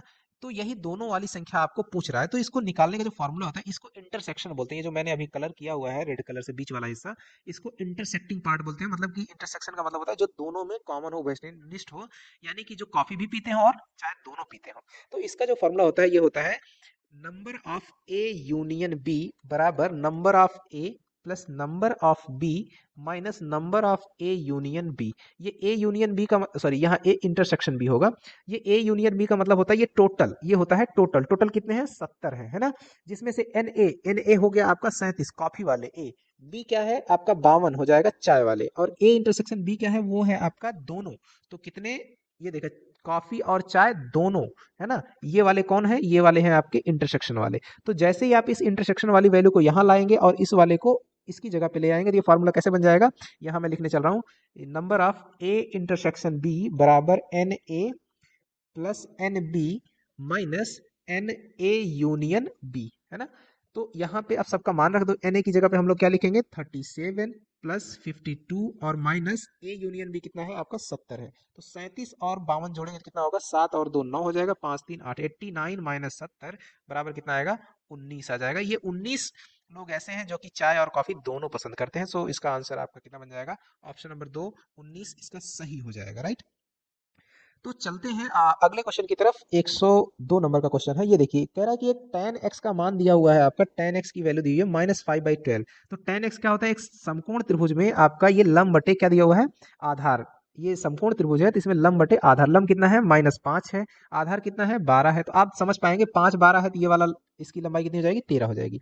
अब ये है ए, ये है बी और ये है सी, ये त्रिभुज का मैंने नाम दे दीजिए। तो कह रहा है कि ये सेकंड कोऑर्डिनेट में फाइंड साइन एक्स। ध्यान दीजिए अभी मैंने कुछ देर पहले बताया था ये A S T C formula, A S T C. First में सभी पॉजिटिव, सेकंड में साइन पॉजिटिव होता है, बाकी सभी निगेटिव होती है। यदि सेकंड में कह रहा है तो सेकंड में साइन पॉजिटिव ही आने वाला है। तो आप इसको वैसे लॉजिकली भी समझ सकते हो कि सेकंड में साइन पॉजिटिव होगा, यानी ये दो ऑप्शन तो कभी हो ही नहीं सकते हैं। ऑप्शन से भी आप ऐसे जज कर सकते हो, है ना। और साइन का मान क्या होता है, लंब बटे कर्ण। साइन एक्स, ये वाला अगर कोण आपका एक्स था तो आपसे कह रहा है कि साइन एक्स का मान क्या हो जाएगा, लंब बटे कर्ण। लंब कितना है 5 है और कर्ण कितना है 13, तो साइन का मान हो जाएगा 5/13। ऑप्शन नंबर 2 ये सही हो जाएगा। नेगेटिव साइन क्यों नहीं लेने वाले, क्योंकि सेकंड कोऑर्डिनेट में साइन हमारा क्या होता है, धनात्मक होता है। टेन कॉट ये सब चीजें क्या होंगी, कॉस, ये सब जो है आपके नेगेटिव होंगे, लेकिन साइन और उसका उल्टा कॉसेक ये दोनों पॉजिटिव होंगे, राइट। चलिए आगे क्वेश्चन नंबर 103 103 पे, ये आपका फिर कॉम्प्लेक्स नंबर का क्वेश्चन आ गया। बहुत सारा क्वेश्चन आता है, देखो कह रहा है कि दिस इक्वल टू जीरो। ध्यान रखना कि कोई कॉम्प्लेक्स नंबर, मैं यहाँ फॉर्मूला लिखने चल रहा हूँ कि कोई कॉम्प्लेक्स नंबर जैसे लिखा हुआ है a प्लस आई बी, ये बराबर है c प्लस आई डी के, है ना। ये तभी बराबर होता है, ये तभी बराबर होगा जब a बराबर c हो और b बराबर d हो, है ना। तो यहाँ पर ये देखो, ये a हो गया, ये आयोटा है और ये वाला हो गया b, है ना। और जीरो को क्या लिख सकते हो, जीरो प्लस आयोटा टाइम्स हम लोग लिख सकते हैं इसको, जीरो प्लस आयोटा बी, है ना, ऐसे लिख सकते हैं। तो इसका मतलब क्या है कि दोनों तरफ तुलना कर देनी है, सॉरी बी की जगह नहीं, zero into zero, zero plus iota into zero, ऐसे लिखेंगे। ठीक है, तो तुलना करेंगे, यानी आयोटा के पहले जो नंबर है वो इसके साथ में कंपेयर होगा और इसके पहले वाला नंबर इसके साथ में कंपेयर होगा, तो बराबर हो जाएगा। यानी कि 3y-2 बराबर जीरो कर देना है, तो यहाँ से y बराबर क्या आएगा, 2/3। और जैसे ही 7-2x बराबर जीरो करेंगे तो x बराबर क्या आएगा, 7/2 आ जाएगा। तो 7/2 x का मान हो जाएगा और y का मान 2/3। तो 7/2 और 2/3 हो जाएगा y का मान। ये कौन से ऑप्शन में है आपका, x 7/2 y 2/3, ये हमारा ऑप्शन नंबर 4 में लिखा हुआ है, ये सही हो जाएगा। तो कॉम्प्लेक्स नंबर में इस तरीके से जब भी कंपेयर करना होता है तो इस नियम का हम लोग इस्तेमाल कर लेते हैं। चलिए आगे चलते हैं, ये भी 12th का ही क्वेश्चन है, इसमें तो मुझे ज्यादातर क्वेश्चन 12th के ही दिख रहे हैं। कह रहा है कि ए बी सी एपी में है ना। अगर कोई नंबर एपी में है, कोई 3 नंबर एपी में है, तो उसका नियम ये होता है, ध्यान रखिएगा आप लोग, मैं बता रहा हूँ कि अगर ए बी सी एपी में है तो हम लोग लिखते हैं कि टू, जैसे ए बी सी, ये तो बीच वाला जो होता है, टू बी बराबर लिखा जाएगा इसको ए प्लस सी, है ना। इस तरीके से लिखते हैं। आगे कह रहा है कि बी प्लस सी प्लस ए प्लस बी किस में होने वाला है ना। तो इसको हम लोग क्या करते हैं, इसको समीकरण एक अगर कह लेंगे तो अब यहाँ से इसी को अगर हम मानते हैं कि ये एपी में है तो क्या होना चाहिए, इसका बीच वाला जो नंबर होगा उसका 2 गुना, यानी कि 2 टाइम्स सी प्लस ए किसके बराबर होना चाहिए, ये जो ये और ये इन दोनों के योगफल के बराबर आना चाहिए, है ना। ये चीज दी हुई है कि ये ए बी सी ए पी में, तो पक्का ये वाली कंडीशन होल्ड करेगी।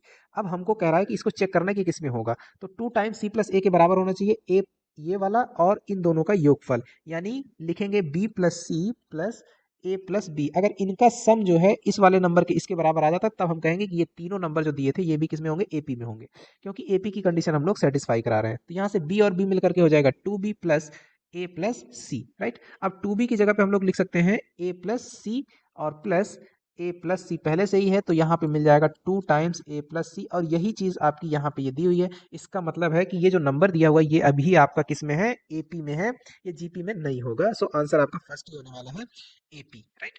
चलते हैं अगले क्वेश्चन की तरफ। 105 नंबर, ये देखिए फॉर्मूला है, आपने 10 में भी पढ़ा होगा, क्वेश्चन के रूप में है समेशन। ये देखिए प्रथम n प्राकृतिक संख्याओं के वर्गों का योग, ये आपका ऑप्शन नंबर 2 में जो लिखा हुआ है यही फॉर्मूला होता है, n into N plus one into 2n+1/6।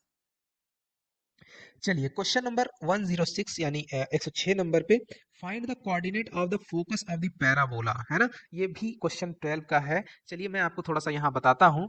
तो पैराबोला का ये जो डिजाइन है ये वो डिजाइन है जैसे लिखा हुआ है एक्स स्क्वायर बराबर -4ay, ये ऐसे एक 3-4 टाइप के पैराबोला होते हैं, उनमें से इस वाले टाइप का ये पैराबोला आपका दिया हुआ है। इसका जो ग्राफ बनता है ये एक्चुअली ये जो पैराबोला बनता है वो ऐसे बनता है। देखो मैं यहाँ फिगर बना रहा हूँ, आप लोग देख सकते हैं। तो फोकस क्या होता है, फोकस ये जो अक्ष होगा यहाँ पर ये होता है फोकस एफ।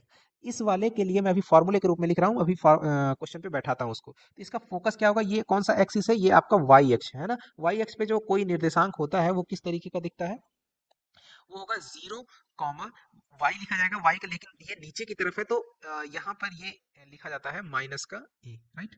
ये होता है फोकस। तो फोकस क्या हो जाएगा आपका, ए 0, -ए होगा, है ना। लेकिन अब यहाँ से अब इसकी इस वाले की तुलना करनी है इस वाले स्टैंडर्ड इक्वेशन से। तो यहाँ पे 4a, देखो 4a बराबर क्या दिया, 4a की जगह पे क्या लिखा हुआ है आपका 9 लिखा हुआ है। 4a की जगह पे क्या लिखा हुआ है 9 लिखा हुआ है, राइट। तो यहाँ से a बराबर क्या हो जाएगा 9/4 हो जाएगा, राइट। तो a का मान आ गया 9/4, इसलिए जो फोकस होगा, फोकस 0, -a होता है, a का मान है 9/4, तो क्या बन जाएगा -9/4। तो आंसर क्या बन जाएगा 0, -9/4। कौन से वाले में है, ऑप्शन नंबर 2 में आपका लिखा हुआ है, इसलिए आपका आंसर क्या हो जाएगा 2, ऑप्शन नंबर सही हो जाएगा। अब ये देख, ये आया हुआ है क्वेश्चन नंबर जो 107 है, 107 नंबर, ये आपके 10th लेवल का क्वेश्चन है ना। ये क्वेश्चन जो है वो 10th का है। देखिए सिंपल सा है, देखते ही आंसर बना दोगे। एक त्रिभुज दिया हुआ है जिसमें आपको कह रहा है कि ए बी और ए सी ये दोनों भुजाएं बराबर हैं। ये देखिए ए बी, ये जो रेड से मैं बना रहा हूँ, ए बी और ए सी ये बराबर है, तो पक्का बराबर भुजाओं के सम्मुख कोण भी बराबर होंगे, मतलब ये वाला जो कोण है इसके बराबर होने वाला है, राइट।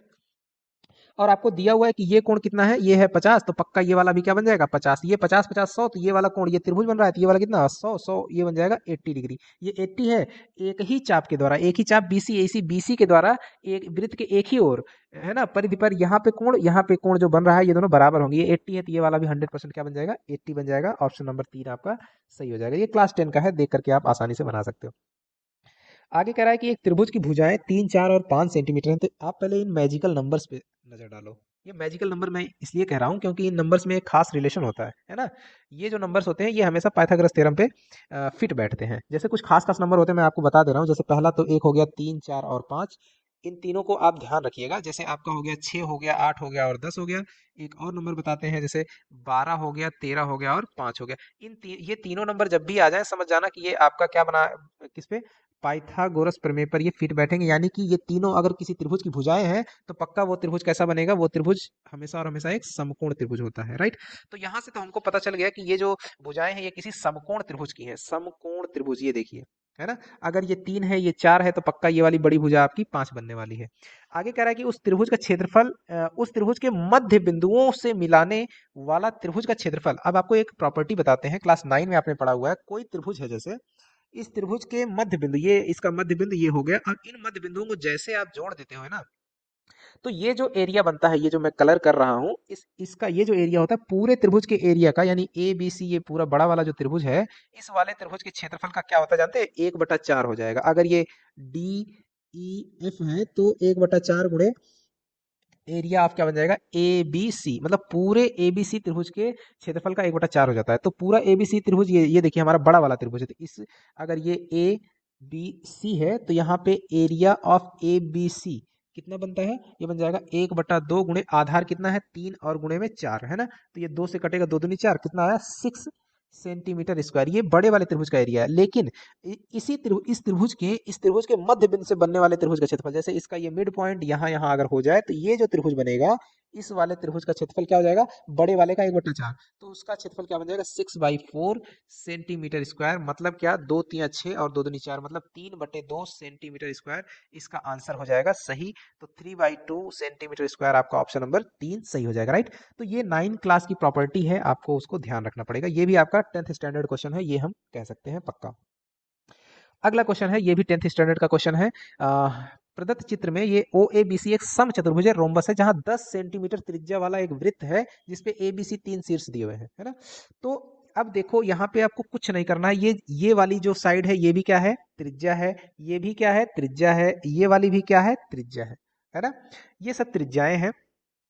अब आपको क्या कह रहा है, और त्रिज्या की लंबाई कितनी है 10 सेंटीमीटर, मतलब कि ये जो भुजा है ये भी 10 है, ये भी 10 है और ये वाली भी 10 है। अब ध्यान रखना, और ए बी सी डी क्या है, ए बी सी डी क्या है, एक रोम्बस है। और रोम्बस की जो भुजाएं होती हैं वो क्या होती हैं आपस में बराबर। ये 10 है तो पक्का ये वाली भी क्या बनेगी, ये भी 10 बनेगी, और ये वाली भी भुजा क्या होगी, ये भी 10 होगी। अब ध्यान दीजिए, ये दो जो आपको दिख रहे हैं, ये वाला त्रिभुज और ये वाला त्रिभुज, ये दोनों त्रिभुज कैसे बनेंगे, समरूप बनेंगे, और उनकी साइज भी एकदम सेम है, क्योंकि सभी की भुजाएं जो है बराबर है। और कैसा, तीनों भुजाएं बराबर है, मीन्स कि ये त्रिभुज जो बनेगा वो समबाहु त्रिभुज है। तो आपको क्षेत्रफल याद ही होगा, किसी समबाहु त्रिभुज का क्षेत्रफल जिसकी भुजा ए होती है उसका होता है √3/4 इंटू भुजा का स्क्वायर। तो आपको निकाल देना, ऐसे कितने समबाहु त्रिभुज बन रहे हैं, इसमें 2 बन रहे हैं, तो इसको 2 गुना कर दीजिए, इंटू में 2 टाइम्स, तो बराबर 2 गुणे √3/4 इंटू भुजा कितनी है, भुजा है हमारी 10, है ना। तो यहाँ से ये कटेगा, 2 1 के 2 और 2 दूनी 4, 2 1 के 2, 2 पंचे 10, है ना। और एक चीज और है, यहाँ पे 10 भी रहेगा क्योंकि भुजा का स्क्वायर 10 इंटू 10 होगा, राइट। तो ये 5 बार में कट गया तो क्या बन जाएगा, 5 इंटू 10, 10 बचे 50 और रूट में 3, 50 √3 सेंटीमीटर स्क्वायर, ये इसका आंसर हो जाएगा। 50 √3 सेंटीमीटर स्क्वायर ये करेक्ट आंसर हो जाएगा इसका 109 नंबर का, राइट। 110 नंबर जो क्वेश्चन है वो आप देखेंगे, the area of a square is 16/पाई, है ना, of the area of a circle, the ratio of the side of the square of the diameter of the circle is, है ना। वर्ग का क्षेत्रफल एक वृत्त के क्षेत्रफल का 16/पाई है। वर्ग की भुजा से वृत्त के व्यास का अनुपात, है ना, वर्ग की भुजा ए से वृत्त का व्यास क्या हो जाएगा, 2r, इसका अनुपात ये जो आपको है ये आपको निकालना है ना। सबसे पहले कह रहा है कि ए स्क्वायर वर्ग का क्षेत्रफल ए स्क्वायर बटे वृत्त के क्षेत्रफल, जो वर्ग का क्षेत्रफल है वो वृत्त के क्षेत्रफल का, यानी ये बराबर किसका है, 16/पाई इंटू वृत्त के क्षेत्रफल का 16/पाई गुना है, यानी पाई आर स्क्वायर, पाई से ये पाई कटेगा, यहाँ से ए स्क्वायर बटे ये आर स्क्वायर को इधर लाओ, भाग लगाएगा तो आर स्क्वायर बराबर यहाँ बनेगा 16, तो ए बटे आर बराबर हो जाएगा 4, राइट। तो ये ए बटे आर का मान, अब यहाँ पे देखो, यहाँ पे ये जो वैल्यू लिखी हुई है a/2r, इसे लिख सकते हो 1/2 गुणे a/r लिख सकते हो, बराबर 1/2 इंटू a/r का मान यहाँ पे आया हुआ कितना, 4 है ना, तो बराबर क्या हो जाएगा 2। सो 2 का मतलब हो गया 2:1, ये सही आंसर हो जाएगा आपका ऑप्शन नंबर 2, राइट। तो इस तरीके से ये भी आपका 10th स्टैंडर्ड का क्वेश्चन है, कोई बहुत बड़ी बात नहीं है। आगे देखेंगे 111 नंबर कह रहा है कि x की आय y की आय से 25% अधिक है। ध्यान देना, ये x हो गया और ये y हो गया, राइट, ये y हो गया। y की आय से, है ना, अगर y की आय 100 रुपए है तो x की आय कितनी हो जाएगी, 125 रुपए हो जाएगी, है ना, 25% ज्यादा है। तो कह रहा है कि y की आय x की आय से कितने परसेंट कम है, तो जाहिर सी बात है कमी, परसेंटेज कमी क्या हो जाएगी, तो कमी कितनी है 25 रुपए की, तो 25 बटे किससे कम है, x से कम है, तो उसको लिखेंगे 125, नीचे इंटू में 100 कर देना है, आपका आंसर आ जाएगा 25 पंचे 125, 5 से इसको काटेंगे तो कितनी बार में कटेगा, 20 बार में, 20 पंचे 100 बराबर, यानी कि 20%, ये आंसर बन जाएगा। इस तरीके से आपको इसका आंसर मिला, क्या मिला, क्वेश्चन ऑप्शन नंबर 3, 20% इसका सही आंसर हो जाएगा। बढ़िया एक क्वेश्चन आ रहा है कि if the numbers A B C are in AP, अभी इसके पहले भी आया था कि ए बी सी अगर एपी में है तो पक्का क्या बनता है, 2b बराबर क्या होगा, a प्लस सी होता है, ये हमारा पहला समीकरण मिल गया, राइट। आगे कह रहा है कि B C D are in HP, ध्यान दीजिए एचपी की कंडीशन में यहाँ लिखने चल रहा हूँ कि अगर कोई 3 नंबर एचपी में होते हैं तो ध्यान रखना, जैसे बी सी डी एचपी में है तो यहाँ पे लिखाएगा 2/c बराबर क्या होता है, इसका 1 बटा करके इसका 1 बटा करके योगफल हो जाता है, यानी 1/b प्लस 1/d, राइट। अब आपको यहाँ से क्या कर देना है, यहाँ से करना है 1/d बराबर, इस 1/d को एक तरफ रखे रहिए, तो ये हो जाएगा 2/c माइनस 1/b, राइट। अब ये इसको सॉल्व करिएगा तो b से क्रॉस मल्टीप्लाई तो मिलेगा 2b माइनस c और बटे में bc, है ना। अब यहाँ से हमें क्या मिलता है, this implies that 1/d equal to, यहाँ 2b का मान रख दीजिए, 2b की जगह पे क्या लिखेंगे, a प्लस सी, तो a प्लस सी और माइनस का क्या है c, c से c कैंसिल आउट, नीचे में क्या था bc है, बराबर यहाँ से क्या मिलेगा 1/d बराबर ऊपर में a नीचे में bc। अब यहाँ से क्रॉस मल्टीप्लाई कर दीजिए तो bc इंटू 1 क्या बन जाएगा, bc बराबर d इंटू a, तो हो जाएगा ad बराबर bc आ जाएगा आंसर। कौन सा वाला आपका करेक्ट हो जाएगा, वो ऑप्शन नंबर 1 सही हो जाएगा, राइट। ad बराबर bc, ये आपका करेक्ट आंसर हो जाएगा। चलिए अगले क्वेश्चन की तरफ चलते हैं हम लोग। 113 नंबर का जो क्वेश्चन है, the value of cos square π/16, ये जो मान लिखा हुआ है ना, इसका मान आपसे पूछ रहा है ना। ये एकदम शॉर्ट तरीका है, आपको बता दूं कि आप डायरेक्टली किस तरीके से कर सकते हैं। तो इस क्वेश्चन को बनाने के लिए सबसे पहले हम देखेंगे, यहाँ पे जैसे लिखा हुआ है 8π/16, ध्यान देना, थोड़ा सा इसको सेट करना पड़ेगा। तो इसका मतलब क्या है, जैसे 8 के 8, 8 दूनी 16, यानी कि ये है वास्तव में π/2 लिखा हुआ है ना। तो अब इसी का हमको इस्तेमाल करना है यहाँ पे, है ना। अब 8π/16 इसको क्या करना है, कन्वर्ट कर देना है, बदलना है। जैसे 2 पेयर को कॉस में रखना है और 2 पेयर को हमको क्या बदलना है, बदल करके इसको साइन के रूप में बदल देना है, वो भी कौन सा, 90 डिग्री माइनस थीटा वाला जो फॉर्मूला होता है उसका इस्तेमाल कर लेना है, 90 डिग्री माइनस थीटा, यानी π/2 माइनस थीटा। तो साइन π/2 माइनस थीटा या कॉस π/2 माइनस थीटा, ये फॉर्मूले में बदलना है। तो कैसे बदलेंगे, तो ध्यान देना, सबसे पहले 8π/16, इसको हम, इसी का मतलब हुआ π/2। तो अब हम क्या करेंगे, जैसे 8π/16 लिखा हुआ, इसमें से अगर सिर्फ π/16 अगर घटाते हैं तो ये हमारा क्या बन जाता है, 7π/16, मतलब जहां 7π/16 लिखा है उसकी जगह पे हम लोग ये वैल्यू लिख सकते हैं, राइट। इसी तरीके से अगर 8π/16 में से हम लोग 5π/16 घटा देते हैं तो ये वैल्यू हमारी आ जाएगी, देखिए क्या आएगा, 3π/16 आ जाएगा, यानी 3π/16 की जगह हम लोग क्या लिख सकते हैं 5 पाई/16। तो इन दोनों की जगह पे हम तुरंत ये चीज आप बदल दीजिए, है ना। तो जैसे आप बदलेंगे तो हमें क्या मिलेगा, देखो इसकी जगह पे हम लोग जैसे लिखने जाएंगे तो यहाँ हो जाएगा कॉस स्क्वायर पाई/16 प्लस कॉस स्क्वायर 3 पाई/16, राइट। इतना तो है ही। प्लस इसकी जगह पे हम लोग लिख सकते हैं, क्या लिख सकते हैं, उसको लिख सकते हैं हम लोग कॉस स्क्वायर, जैसे यहाँ पे मैंने 7 पाई और 3 पाई के रूप में बदला हुआ है, आप यहाँ पे इसको अगर कन्वर्ट करना चाहते हो तो आप इसको लिख पाओगे यहाँ पे 8 पाई/16 माइनस क्या लिख देंगे इसकी जगह पे 3 पाई/16, राइट। और प्लस में कॉस स्क्वायर 8 पाई/16 माइनस, अगर इसको लिखना चाहें तो हम लोग लिख सकते हैं पाई/16, राइट। अब ये चीज आप देख पा रहे होंगे, ये बराबर किसके हो जाएगा, ये हो जाएगा साइन स्क्वायर 3 पाई/16, ये हो जाएगा साइन स्क्वायर 3 पाई/16, और ये किसके बराबर होगा, साइन स्क्वायर पाई/16। अब साइन स्क्वायर 3 पाई/16 और कॉस स्क्वायर 3 पाई/16, इसका मान 1 होता है यानी 1, प्लस इसी तरीके से कॉस स्क्वायर पाई/16 प्लस साइन स्क्वायर पाई/16, इसका भी मान 1 होगा, और दोनों को जोड़ देंगे तो ये मान हमेशा 2 आता है। तो इसका आंसर आपका क्या बन जाएगा, ये 2 बन जाता है। किस तरीके से कन्वर्ट करना है वो मैंने यहाँ पे आपको बताया हुआ है थोड़ा सा शॉर्ट रूप में, लेकिन शॉर्ट क्या, सारा चीजें उसमें बता ही दिया गया है। तो चलते हैं। वैसे भी अगर आप डायरेक्टली करना चाहो तो जब भी ऐसा क्वेश्चन आता है ना, इसका आंसर हमेशा 2 ही आता है ना। जैसे इसकी जगह पे आपको हर जगह पे क्या कॉस कॉस स्क्वायर लिखा हो, कॉस की जगह पे अगर क्या रिप्लेस कर दिया जाए, साइन कर दिया जाए, तब भी इसका मान क्या आएगा, 2 ही आएगा, क्योंकि उसको तब बदलेंगे तो 90 माइनस थीटा में किसके रूप में बदलेगा, कॉस के रूप में कन्वर्ट होगा। तो 2 कॉस के रूप में 2 साइन के रूप में बदल करके वो हमेशा मान आइडेंटिटी लग जाएगी, कौन सी वाली, sine square theta plus cos square theta, इसका मान होता है 1। इस आइडेंटिटी का यूज करके हमारा मान आ जाएगा, जिसका आंसर होगा 2, ऑप्शन नंबर 2।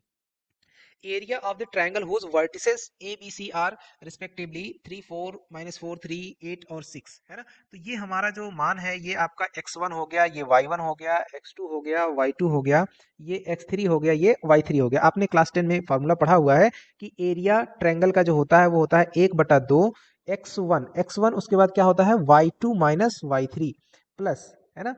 फिर फिर क्या लिखते हैं x2 into y3 minus y1 plus x3 into y1 minus y2, पूरा ब्रैकेट बंद, है ना। अब इसी में सारा मान बैठा दीजिए आप, तो क्या बन जाएगा, बराबर 1/2 इंटू x1 हमारा कितना है, x1 देखिए यहाँ पे है 3, तो 3 इंटू y2 कितना है, ये देखिए 3 है, 3 माइनस y2 माइनस y3 कितना है, 6 है। फिर क्या, प्लस x2 कितना है, -4, तो यहाँ लिखेंगे -4 इंटू में फिर क्या लिखेंगे y3 माइनस y1 कितना है 6, और माइनस y1 कितना है आपका 4, है ना। देखते रहना कहीं उल्टा वैल्यू लिखा जाएगा तो गलत हो जाएगा।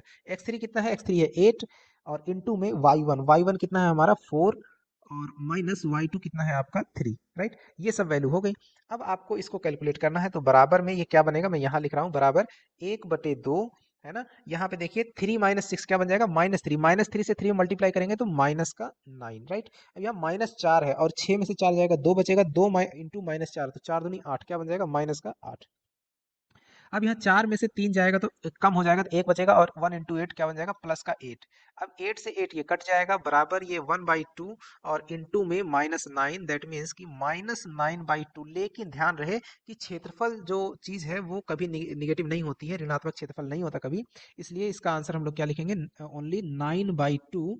9/2 क्या लिखेंगे, मात्रक आप लिख सकते हो, या कुछ नहीं दिया हुआ तो वैल्यू क्या आएगी 9/2, ऑप्शन नंबर 3 इसका मान सही हो जाएगा, राइट। इसका आंसर क्या हो जाएगा 9/2।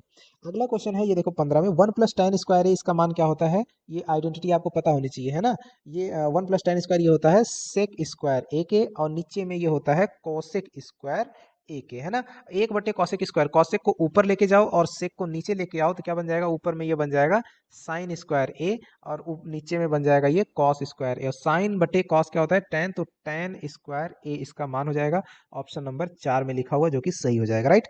अगला क्वेश्चन है जो कि है 116 नंबर पे, कह रहा है कि 3 tan स्क्वायर, है ना, 3 tan square 45 degree minus sine square 60, और 1/2 cot square 30 plus 1/8 sec square 45, इसका मान क्या होने वाला है ना।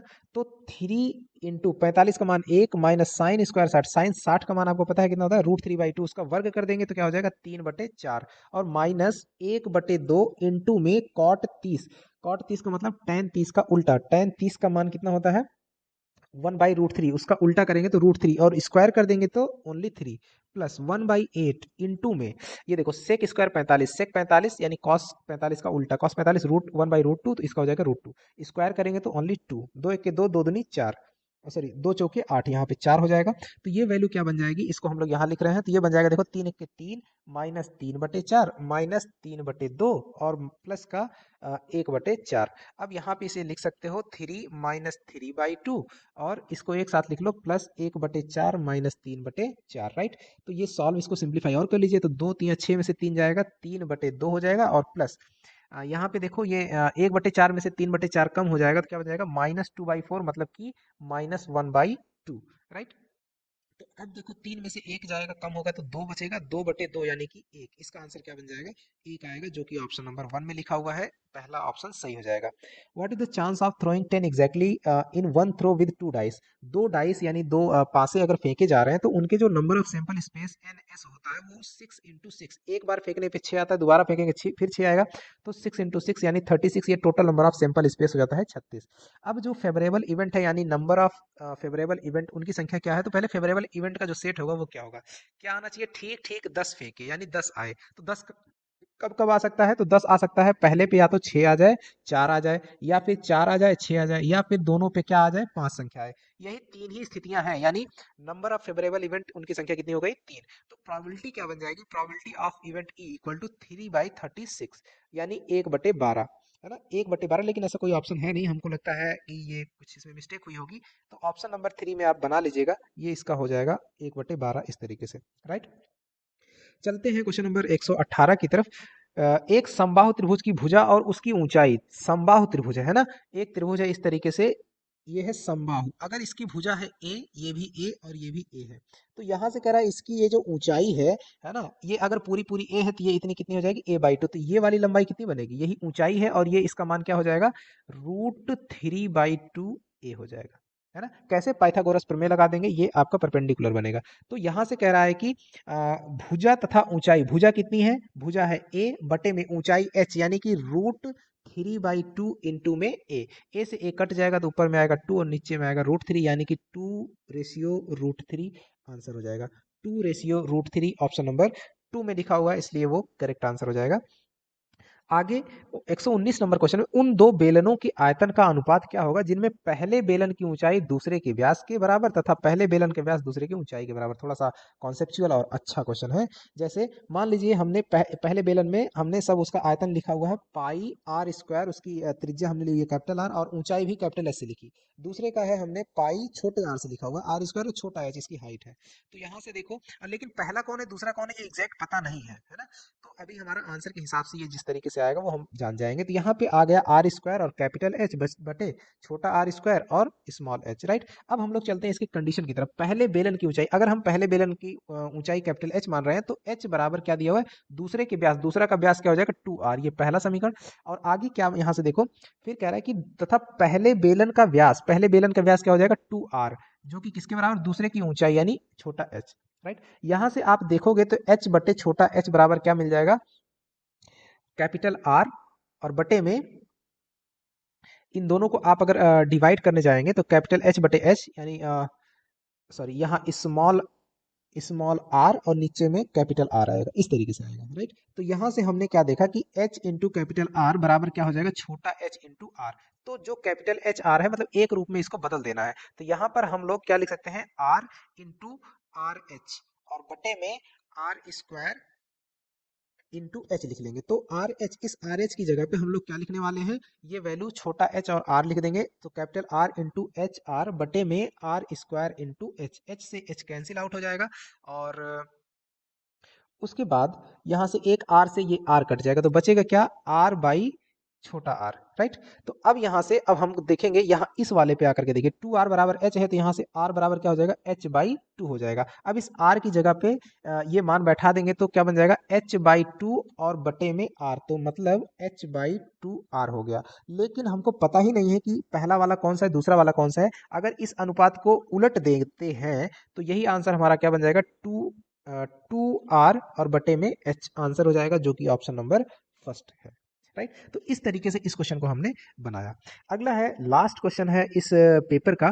कह रहा है कि दो वास्तविक धनात्मक संख्याओं के समांतर माध्य, गुणोत्तर माध्य और हरात्मक माध्य ए, जी और एच हों तो ये 12th का क्वेश्चन है, सीधा सीधा फार्मूला है।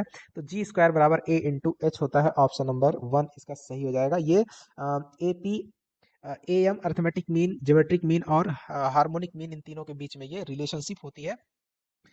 तो उम्मीद करता हूँ बच्चों ये आपको क्वेश्चन पेपर जो मैंने सॉल्व कराया हुआ है ये अच्छा लगा होगा और आपको समझ में भी आया होगा।